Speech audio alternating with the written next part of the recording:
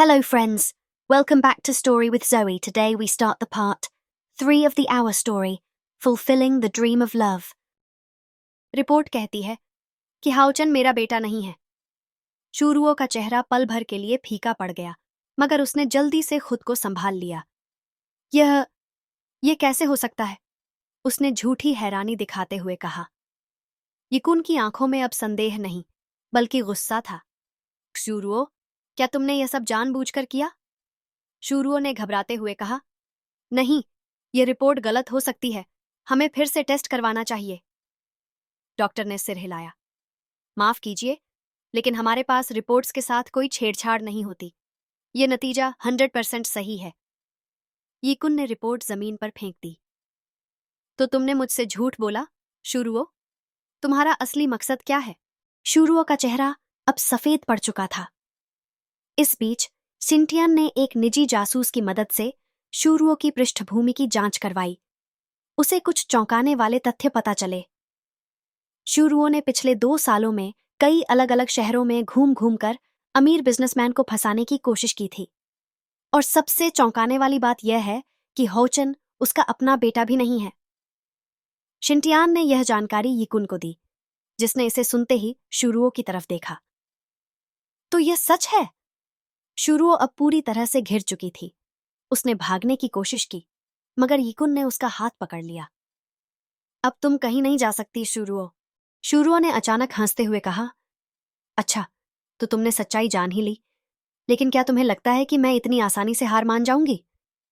नया खतरा? ठीक उसी वक्त एक काला एसयूवी अस्पताल के बाहर रुका और 4 नकाबपोश लोग बाहर निकले। शिंटियन ने खिड़की से यह देखा और उसका दिल तेजी से धड़कने लगा। यिकुन, हमें यहां से निकलना होगा। लगता है कि शुरुओं के पीछे कोई बड़ा गिरोह है। यिकुन ने चारों तरफ देखा और हालात को समझने की कोशिश की, मगर अब बहुत देर हो चुकी थी। नकाबपोश लोग अस्पताल के अंदर आ चुके थे। शुरुओं मुस्कुराई और फुसफुसाई। अब देखते हैं कि तुम कैसे बचते हो। अस्पताल के गलियारे में भारी तनाव था।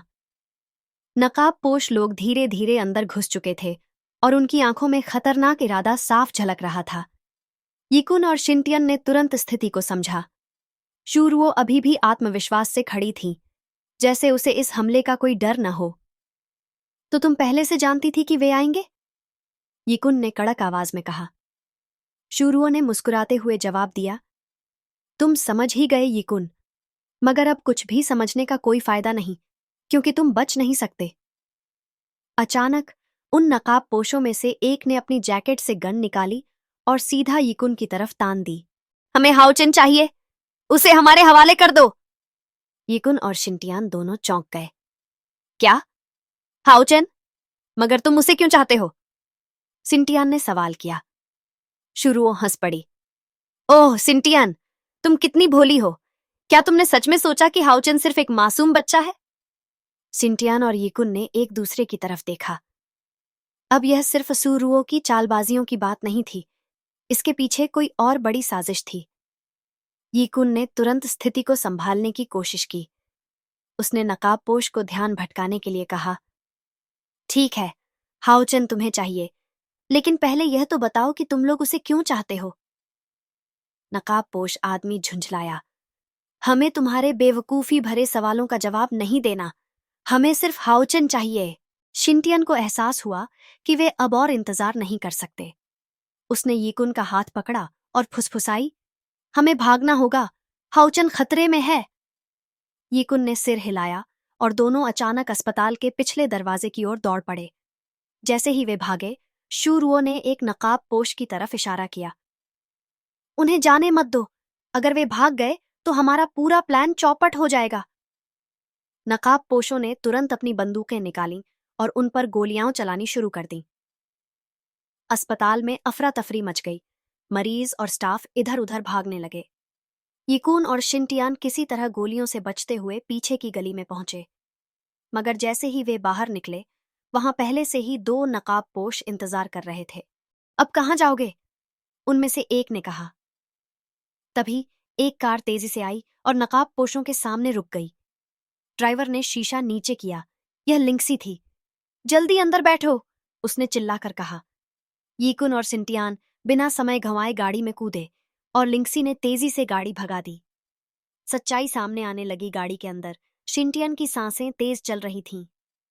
यह सब क्या था, लिंक्सी? वे लोग हाउचेन को क्यों चाहते हैं?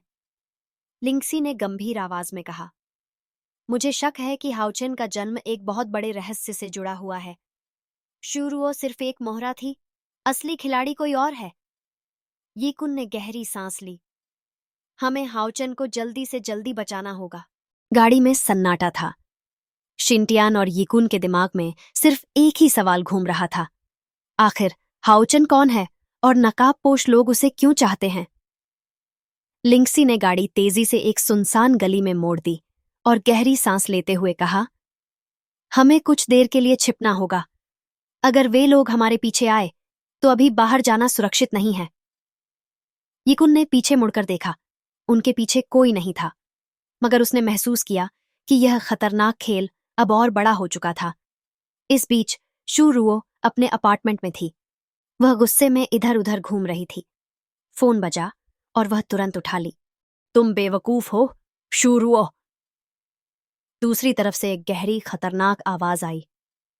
तुमसे सिर्फ एक काम कहा था, हाउचेन को हमारे पास पहुंचाना, और तुम उसे खो बैठी। शुरुओ ने घबराते हुए कहा, मुझे थोड़ा और वक्त चाहिए। यीकुन को सच्चाई पता चलने से पहले मैं हाउचेन को ढूंढ लूंगी। आवाज और खतरनाक हो गई। अगर इस बार नाकाम हुई तो तुम्हें इसकी बहुत बड़ी कीमत चुकानी पड़ेगी। शुरुओ ने घबराकर फोन काट दिया। शिंटियन और यीकुन ने आखिरकार हाउचेन को एक सेफ हाउस में छिपा दिया था। हाउचेन घबराया हुआ था। मुझे डर लग रहा है। वे लोग कौन थे, आंटी?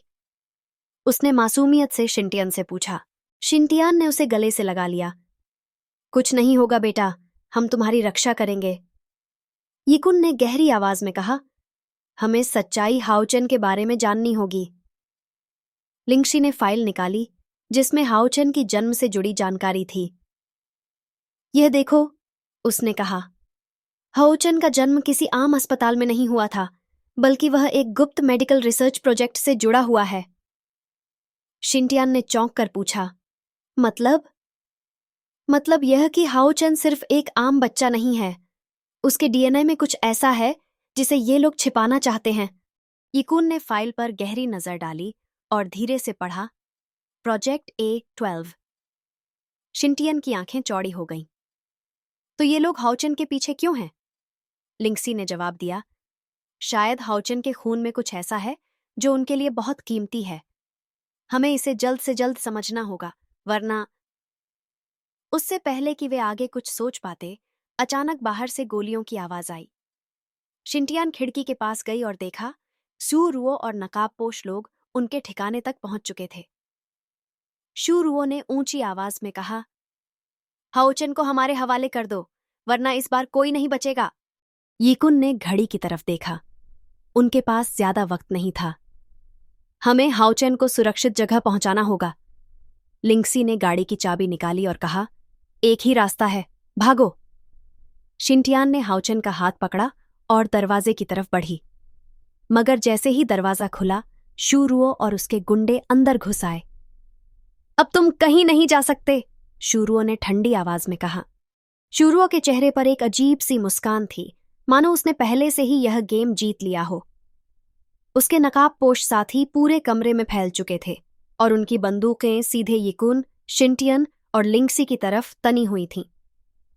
हाउचेन को हमारे हवाले कर दो, वरना अंजाम बहुत बुरा होगा, शुरुओ ने ठंडी आवाज में कहा।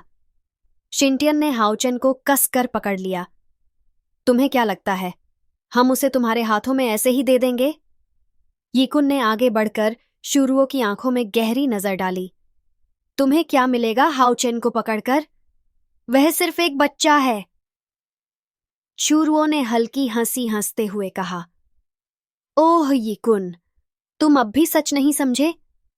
हाउचेन सिर्फ एक बच्चा नहीं है, बल्कि एक रहस्य की चाबी है। कौन सा रहस्य? लिंक्सी ने कड़क आवाज में पूछा। शुरुओ ने अपनी जेब से एक छोटा सा डिवाइस निकाला और उसे चालू किया। स्क्रीन पर एक गुप्त लैब का वीडियो दिखा। ये देखो। वीडियो में कई वैज्ञानिक हाउचेन की तस्वीरों और उसकी डीएनए रिपोर्ट्स पर चर्चा कर रहे थे। प्रोजेक्ट A12 सिर्फ एक सामान्य मेडिकल रिसर्च नहीं था, ये एक जैविक हथियार से जुड़ा हुआ था। यिकुन और शिंटियान दोनों के चेहरे पर हैरानी थी। शूरुओ ने आगे कहा, हाउचन का खून बहुत खास है। उसमें एक ऐसी विशेषता है जो उसे आम इंसानों से अलग बनाती है। अगर यह खून किसी को मिल जाए तो वह अमृतत्व के करीब पहुंच सकता है। शिंटियन ने गुस्से से कहा, तुम्हें शर्म नहीं आती? वह सिर्फ एक मासूम बच्चा है। शूरुओ ने मुस्कुराते हुए जवाब दिया, मेरे लिए भावनाओं की कोई कीमत नहीं शिंटियन। यह दुनिया सिर्फ ताकतवर लोगों के लिए बनी है और हाउचन की वजह से मैं सबसे ताकतवर इंसान बन सकती हूं। उससे पहले कि कोई कुछ समझ पाता, लिंक्सी ने अचानक पिस्तौल निकालकर शूरुओ पर गोली चला दी। शूरुओ तुरंत पीछे हटी, लेकिन गोली उसके कंधे को छू गई। भागो! यिकुन ने चिल्लाकर कहा। शिंटियान ने हाउचन को उठाया और तेजी से दरवाजे की तरफ भागी। लिंक्सी और यिकुन ने नकाबपोशों पर गोलियां चलाईं और एक एक करके उन्हें गिरा दिया। शूरुओ ने दर्द में कराहते हुए कहा, बचकर नहीं जा सकते। उसने अपने पीछे खड़े नकाबपोश को इशारा किया। उसने जेब से एक छोटा सा गैस बम निकाला और उसे फर्श पर फेंक दिया। कमरे में हरे रंग की धुंध फैलने लगी। शिंटियन की आंखों में जलन होने लगी। यह गैस हमें बेहोश कर देगी, यिकुन ने कहा। लिंक्शी ने जल्दी से एक खिड़की तोड़ दी और चिल्लाई, इधर से बाहर निकलो। यिकुन ने तुरंत हाउचन को उठाया और खिड़की से बाहर कूद गया। शिंटियान और लिंक्शी भी पीछे पीछे भागी। शूरुओ ने खतरनाक मुस्कान के साथ देखा और बुदबुदाई, तुम लोग बचकर नहीं जा सकते, ये मेरा वादा है।